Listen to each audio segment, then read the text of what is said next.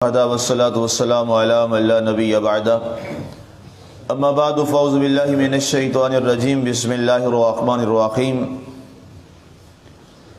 وإذا تتلى عليهم آياتنا بينات ما كان حجتهم إلا أن قالوا ائتوا بآبائنا إن كنتم صادقين قل الله يحييكم ثم يميتكم ثم يجمعكم إلى يوم القيامة لا ريب فيه ولكن أكثر الناس لا يعلمون۔ اور جب ہماری روشن آیات ان پر تلاوت کی جاتی ہیں تو ان کے پاس کوئی دلیل نہیں ہوتی سوائے اس کے کہ کہتے ہیں لے آؤ ہمارے آباء و اجداد کو اگر تم سچے ہو۔ فرما دو اللہ ہی تمہیں زندگی دیتا ہے پھر وہی تم کو مارے گا، پھر تم سب کو قیامت کے بعد اس دن میں جمع کرے گا جس میں کوئی شک نہیں، لیکن اکثر لوگ جانتے نہیں۔ آج ہماری سورہ الجاسیہ کی آیہ مبارکہ 26 تک کی تلاوت و ترجمہ کا شرف نصیب ہوا۔ سامعین کل ہماری قلت وقت کے پیش نظر ایک ہی آیہ مبارکہ 24 اس کی تفسیر بیان ہو سکی۔ آج ان آیات کی جانب بڑھیں گے۔ گزشتہ درس مبارک میں زمانہ کے حوالہ سے کہ دہر کیا ہے اللہ نے اس کا ذکر فرمایا کہ یہ دنیا کیا ہے، اس کی زندگی کیا ہے، موت اور حیات، اور زمانہ ہمیں ہلاک کرتا ہے۔ زمانے کو برا نہیں کہنا چاہیے۔ کل اس کے بارے میں تفصیلاً آپ کو میں نے احادیث اور قرآن کی روشنی میں عرض کیا۔ اس کے بعد آگے ارشاد فرمایا گیا، انہی کافروں کا ذکر چل رہا ہے۔ فرمایا وَإِذَا تُتْلَى عَلَيْهِمْ آيَاتُنَا بَيِّنَاتٍ، فرمایا جب ان کافروں کے سامنے ہماری روشن اور واضح آیات تلاوت کی جاتی ہیں۔ بینات کہتے ہیں وہ چیز جو بڑی واضح ہو، روشن ہو۔ گواہ کو بھی بینہ کہا جاتا ہے، جو گواہ ہوتا ہے، آپ کا گواہ بنتا ہے، اس کو بھی بینہ کہتے ہیں۔ حدیث پاک میں ہے البینۃ علی المدعی والیمین علی من انکر، فرمایا جو مدعی ہوتا ہے اس کے ذمہ گواہ لانا ہوتا ہے اپنے موقع پر، اور جس پر ملزم پر دعویٰ کیا گیا ہوتا ہے اس کے لیے ہوتا ہے کہ اگر اس کے پاس گواہ نہیں تو وہ قسم اٹھا دے۔ تو فرمایا البینہ، گواہ کو بھی کہا جاتا ہے۔ گواہ کو بھی گواہ اس لیے البینہ کہا جاتا ہے کیونکہ وہ اس بات کو اپنی نگاہوں سے واضح طور پہ دیکھ رہا ہوتا ہے، اس لیے اس کو البینہ کہتے ہیں۔ اگر اس نے اپنی نگاہوں میں سامنے نہیں دیکھا تو وہ البینہ گواہ نہیں بن سکتا۔ تو اب یہاں فرمایا گیا آیات بینہ، ایسی آیات جو بڑی واضح ہیں، جو روشن ہیں۔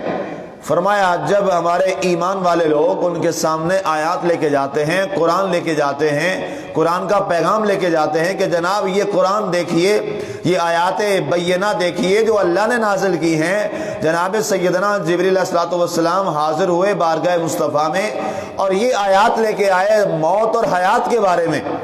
خلق الموت والحیات، قرآن فرماتا ہے لیبلوکم ایکم احسن عملا، فرمایا ہم نے موت اور حیات کو پیدا کیا تاکہ ہم دیکھیں کہ تم میں سے اچھا عمل کون کرتا ہے۔ بنیادی طور پر یہ موت اور حیات کا پیدا کرنے کا مقصد یہ ہے کہ کون ہے جو اللہ کی رضا چاہتا ہے، کون ہے جو شیطان کی رضا چاہتا ہے۔ فرمایا اس لیے ہم نے پیدا کیا، اپنی معرفت کے لیے پیدا کیا۔ کون ہے جو ہماری معرفت کی طرف آتا ہے، کون ہے جو شیطان کے راستے کی جانب بڑھتا ہے۔ فرمایا جب ان پہ تلاوت کی جاتی ہیں یہ واضح آیات، ما کان حجتہم الا ان قالوا، اب ان کے پاس کوئی دلیل نہیں ہوتی۔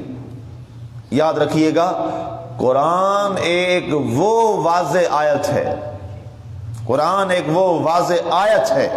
آیت کہتے ہیں نشانی کو، آیات کئی نشانیاں اس میں، تو جب اس کا جرنل نام لیں گے تو کہیں گے قرآن وہ واضح آیت ہے، وہ واضح نشانی ہے، وہ واضح گواہ ہے۔ کائنات کی سارے زمانے کی کتابیں آ جائیں، سارے زمانے کے دانشور اور فلاسفر اکٹھے ہو جائیں، قرآن کی ایک آیت کیا، قرآن کے ایک حرف کے برابر کوئی دلیل نہیں لا سکتی۔ یہ قرآن کا معجزہ ہے۔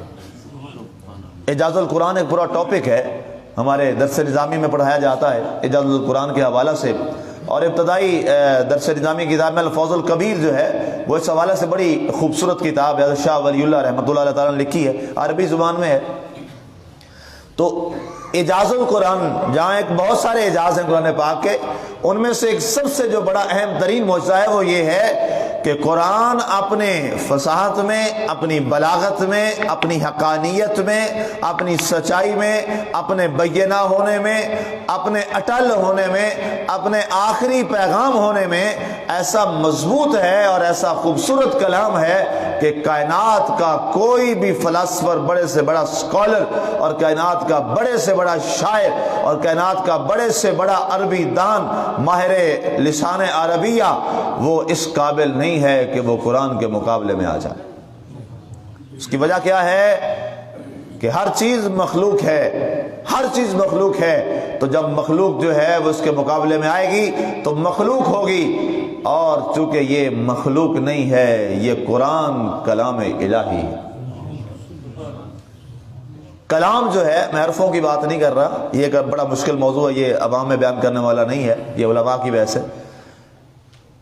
کلام الہی جو ہے قرآن پاک، یہ کلام جو ہے یہ حادث نہیں ہے، یہ اس رب لم یزل کا کلام ہے۔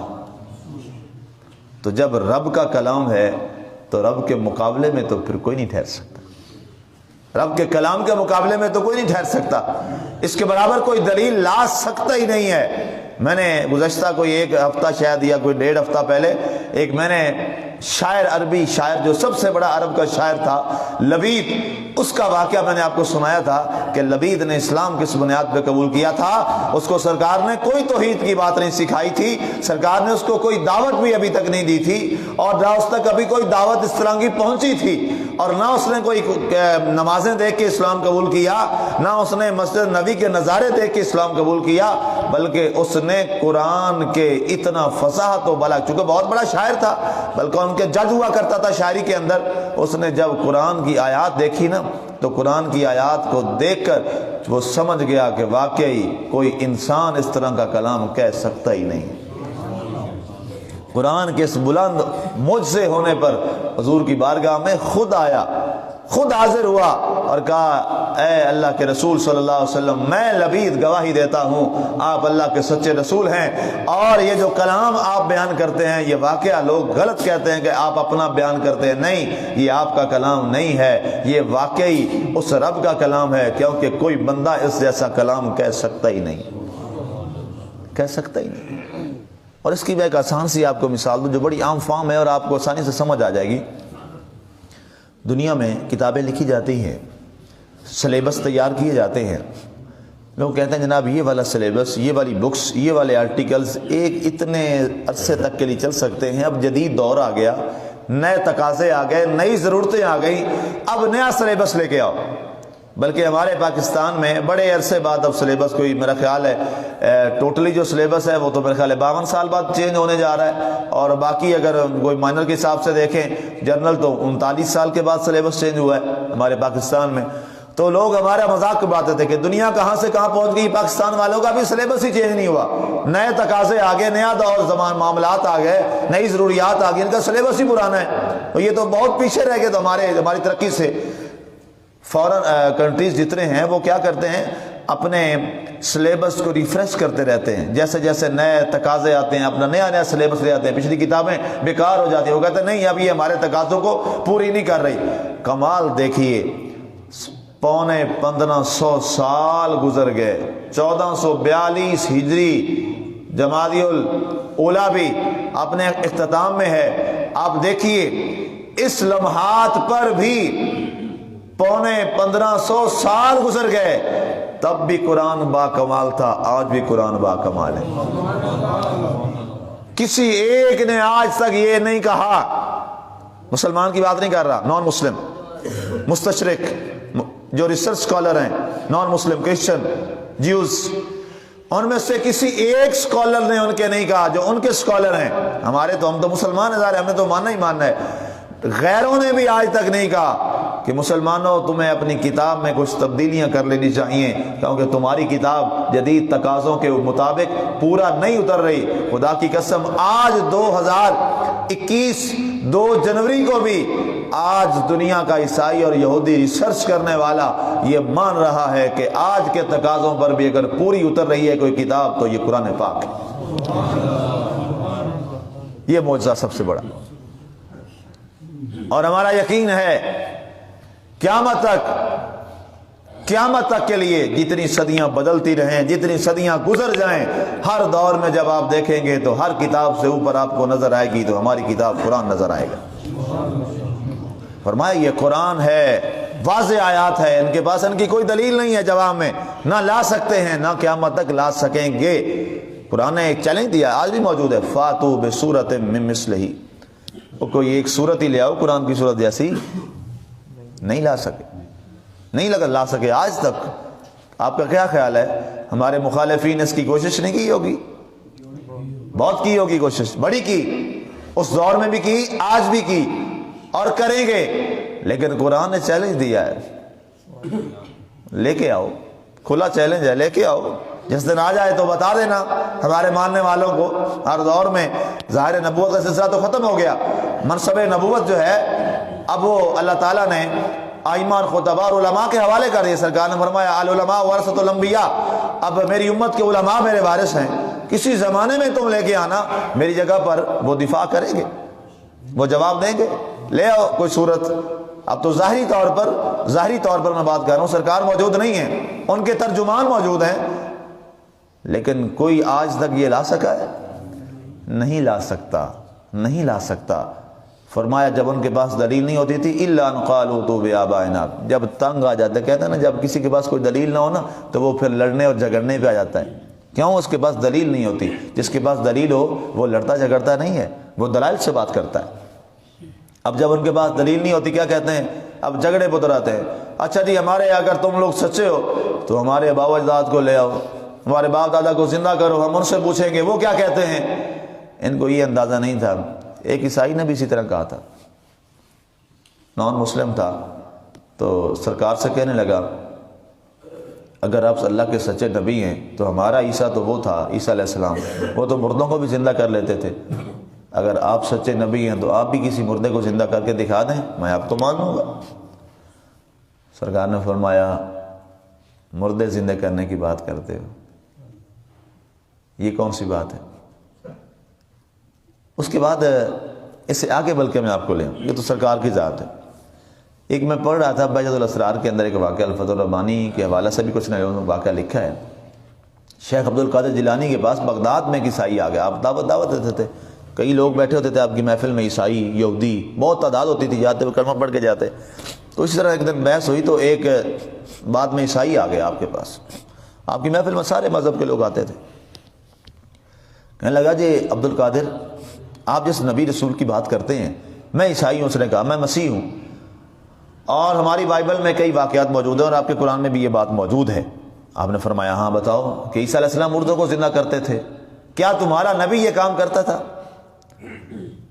آپ مسکرا دیے۔ اس نے کہا اچھا اس کا مطلب ہے تمہارا نبی یہ کام نہیں کرتا تھا۔ آپ نے فرمایا ہمارے قرآن میں لکھا ہوا ہے عیسیٰ علیہ السلام مردوں کو زندہ کرتے تھے، اور ہم اس پر یقین رکھتے ہیں کہ عیسیٰ علیہ السلام مردوں کو زندہ کرتے تھے، تم نے سچ کہا ہے۔ اب اگلا سوال جو تم نے کیا ہے میں اس پر مسکرایا ہوں کہ تم نے یہ کہا ہے کہ کیا تمہارا نبی بھی مردوں کو زندہ کر لیا کرتا تھا؟ فرمایا تم تو نبی کی بات کرتے ہو، نبی کے غلام سے یہ بات کر لو۔ فرمایا عبد القادر جیلانی نے، حضور غوث پاک نے فرمایا یہ بات نبی کے غلام سے کر لو، میں صحابی بھی نہیں ہوں، میں تابعی بھی نہیں ہوں، میں تو ان کے غلاموں کے غلاموں کے غلاموں کا غلام ہوں، میرے ساتھ بات کر لو۔ وہ حیران ہوا، اس نے کہا کیا مطلب، آپ مردوں کو زندہ کر لیں گے؟ فرمایا ہاں اللہ نے مجھے طاقت دی ہے، اللہ کی طاقت سے اسلام کے غلبہ کے لیے میں مردے کو زندہ کر لوں گا۔ اس نے کہا دنیا کٹھی ہے، انہوں نے کہا جی اچھا آؤ چلتے ہیں، ہمارے قبرستان میں آپ جائیں گے، مسلمانوں کے قبرستان میں نہیں۔ فرمایا اچھا ٹھیک ہے چلو آؤ ہم تمہارے قبرستان میں چلتے ہیں۔ عبد القادر جیلانی کو لے گیا تو وہاں اس نے قبر دکھائی، کہتا جی یہ والی قبر ہے، اس کو کیا زندہ ہو جائے۔ آپ نے فرمایا قوم باذن اللہ، اللہ کے حکم سے کھڑے ہو جاؤ۔ اللہ تعالیٰ نے کرم فرمایا، اسلام کو پھر اللہ تعالیٰ کبھی ایسے اکیلا تو نہیں نا چھوڑتا، اسلام کو پھر اللہ بے آبرو تو نہیں نا ہونے دیتا، بس یہ ہے کہ یقین ہو اس کی ذات پر، یقین ہو اس کی ذات پر، پھر وہ لاج رکھتا ہے اسلام کی۔ کبھی اسلام کو اس نے جھکنے نہیں دیا، نہ جھکا تھا نہ آج جھکا ہوا ہے، نہ قیامت تک کبھی جھکے گا۔ ہم جھک جاتے ہیں، ہاں جی اسلام کے جو نمائندے ہیں نا، ہم جھک جائیں الگ بات ہے، اسلام کبھی نہیں کبھی زیر آب آیا۔ تو آپ نے فرمایا قوم باذن اللہ، اللہ کے حکم سے کھڑے ہو جاؤ، قبر سے مردہ زندہ کھڑا ہو گیا۔ کہتے ہیں وہ وہیں مسلمان ہو گیا۔ آپ کی مجلس کے بعد سینکڑوں عیسائی مسلمان کلمہ پڑھ کے جایا کرتے تھے۔ تو سرکار کا جو واقعہ ہے وہ تو سرکار کی ذات ہے۔ وہ واقعہ بھی سارے سیرت نگاروں نے لکھا ہے کہ جناب وہ عیسائی آپ کو لے گیا اور اس نے ایک پرانی قبر دکھائی، پرانی قبر، اور سرکار نے فرمایا کہ قم باذن اللہ کے حکم سے کھڑے ہو جاؤ۔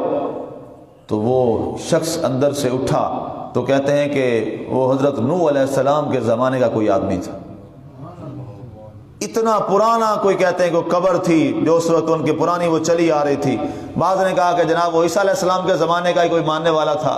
بعض نے روایت نے یہ لکھا کہ ایک بوڑھی عورت تھی جو عیسیٰ علیہ السلام کی خدمت گزار تھی، کہتے اس کی وہ قبر تھی، وہ کھڑی ہوئی تو اس نے کھڑا ہونے کے بعد پہلا یہ سوال کیا کہ اے محمد صلی اللہ علیہ وآلہ وسلم، میں گواہی دیتی ہوں کہ آپ اللہ کے سچے رسول ہیں، مجھے کلمہ پڑھائیے۔ سرکار نے اس کو کلمہ پڑھایا اور اس نے کہا اے اللہ تیرا شکر ہے اور اس کے بعد تمہارا شکر ہے کہ اللہ نے مجھے عیسیٰ علیہ السلام کا زمانہ بھی عطا فرمایا، محمد عربی کا دین بھی عطا فرما دیا۔ یہ سیرت نگاروں نے یہ جملے لکھے ہیں، اور اس کے بعد وہ دوبارہ فوت ہوئی اور اس کو اسی قبر میں دوبارہ دفن کر دیا گیا۔ فرمایا ان کے پاس کوئی دلیل نہیں تھی، کہتے ہمارے بابا اجداد کو لے آؤ۔ سرکار نے فرمایا یہ کون سی بات ہے، لیکن کیا تمہارے بابا اجداد تمہیں آ کے جو کہیں گے اس کو مان لو گے؟ اس سے پھر گئے۔ آخری بات، قل اللہ یحییکم، پیارے حبیب آپ ان سے فرما دیجئے اللہ ہے جو تمہیں زندہ کرتا ہے، ثم یمیتکم، پھر تمہیں موت دے گا، ثم یجمعکم الی یوم القیامہ، پھر تمہیں قیامت والے دن جمع فرمائے گا، لا ریب فیہ، جس میں کوئی شک نہیں ہے۔ ہم نے سب نے اس روز جمع ہونا ہے مسلمان لوگ، اس میں کوئی شک نہیں ہے۔ اس دن کی تیاری کیجئے، اس دن کے لیے کچھ کیجئے۔ ولیکن اکثر الناس لا یعلمون، لیکن افسوس یہ ہے کہ اکثریت لوگوں کی اس بات کو جانتی نہیں۔ جاننے سے کیا مراد ہے؟ پتہ تو ہے، دل سے اس کو تسلیم نہیں کرتی۔ اللہ تعالی ہمیں عمل کی توفیق عطا فرمائے۔ وما علینا الا البلاغ۔